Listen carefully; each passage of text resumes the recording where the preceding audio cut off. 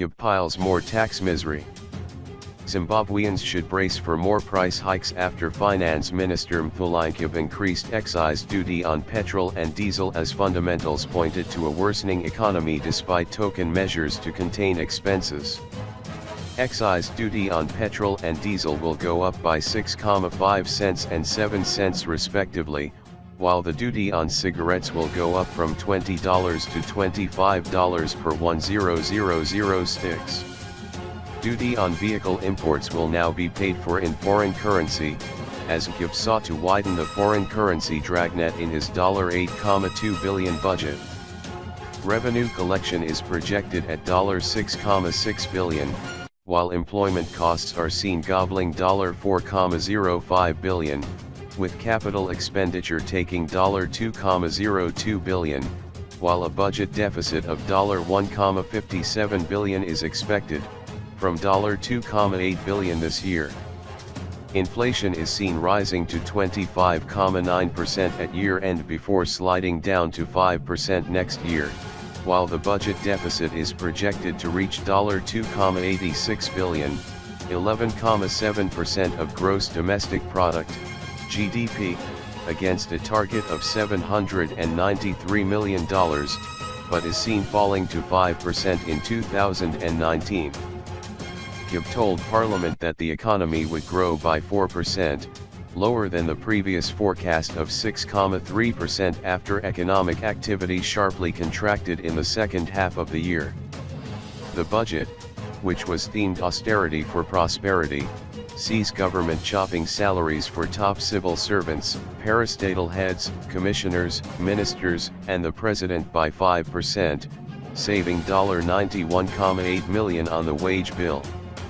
With the majority of people bearing the brunt of tax increases, the measure is largely seen as tokenism.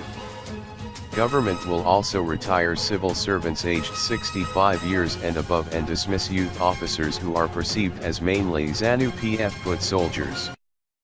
Gibb also proposed introducing a biometric data system to capture civil servants to weed out ghost workers, who are often blamed for the excessive wage bill, while bonus payments will be based on basic salaries.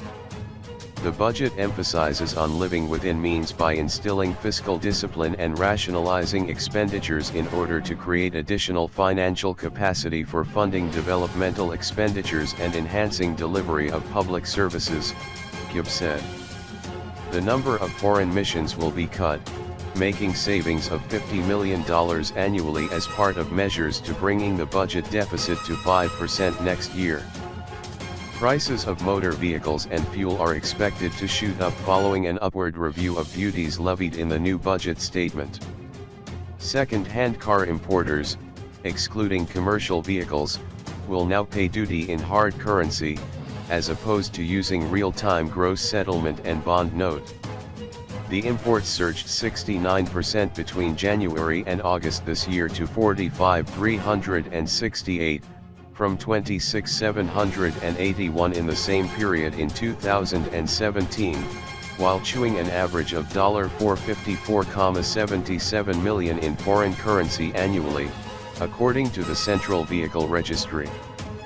In order to redirect use of scarce foreign currency to the productive sectors of the economy, the budget proposes that customs duty and all other taxes on imported motor vehicles be levied in foreign currency acceptable as legal tender, with effect from November 23, 2018.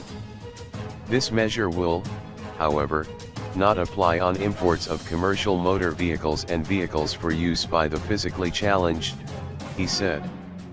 Traffic law offenders will now pay fines of up to $700, up from $30 in an effort to deter road traffic offenses. These traffic offenses, which have contributed to the high levels of carnage, attract fines up to a maximum of level 3, with a monetary value of $30. In order to promote road safety culture by adhering to road traffic regulations, the budget proposes that any person who commits such offenses be liable to fines of levels 8 to 10, which attract a maximum fine of $700 and imprisonment for a period not exceeding 12 months, he said. Government will also deploy the army onto the roads to help deal with traffic law offenders, according to Kyub. Little relief has been offered to the public, with income tax threshold being increased from $300 to $350, while those earning above $20,000 will have to pay income tax of up to 45%, down from 50% effective from January 1, 2019.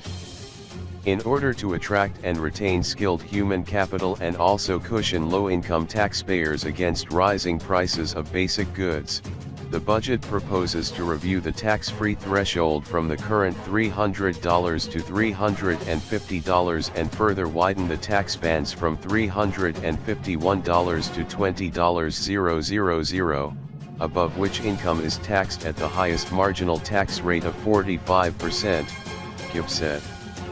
The biggest chunk of the 2019 budget was allocated to the Primary and Secondary Education Ministry, $1,132 billion, followed by Agriculture, $999.3 million, while Health was allocated $694 million when they bid for more than $1 billion. Pharmacies will now be obliged to publish the maximum recommended retail prices agreed between manufacturers, wholesalers, and retailers. Kyub also allocated $310 million to kickstart the devolution process. As at end of August 2018, public debt stood at $17.69 billion and is likely to reach $18 billion by year-end. By end of 2018, it is estimated that the public debt statutory limit of 70% is likely to be breached. This underpins the urgency for containing our fiscal deficit, he said. Kyub proposed the privatization of at least 5 public enterprises, namely Tel1, Net1, Telesil, Zimpost, and POSB, and expects to raise $350 million from their sale.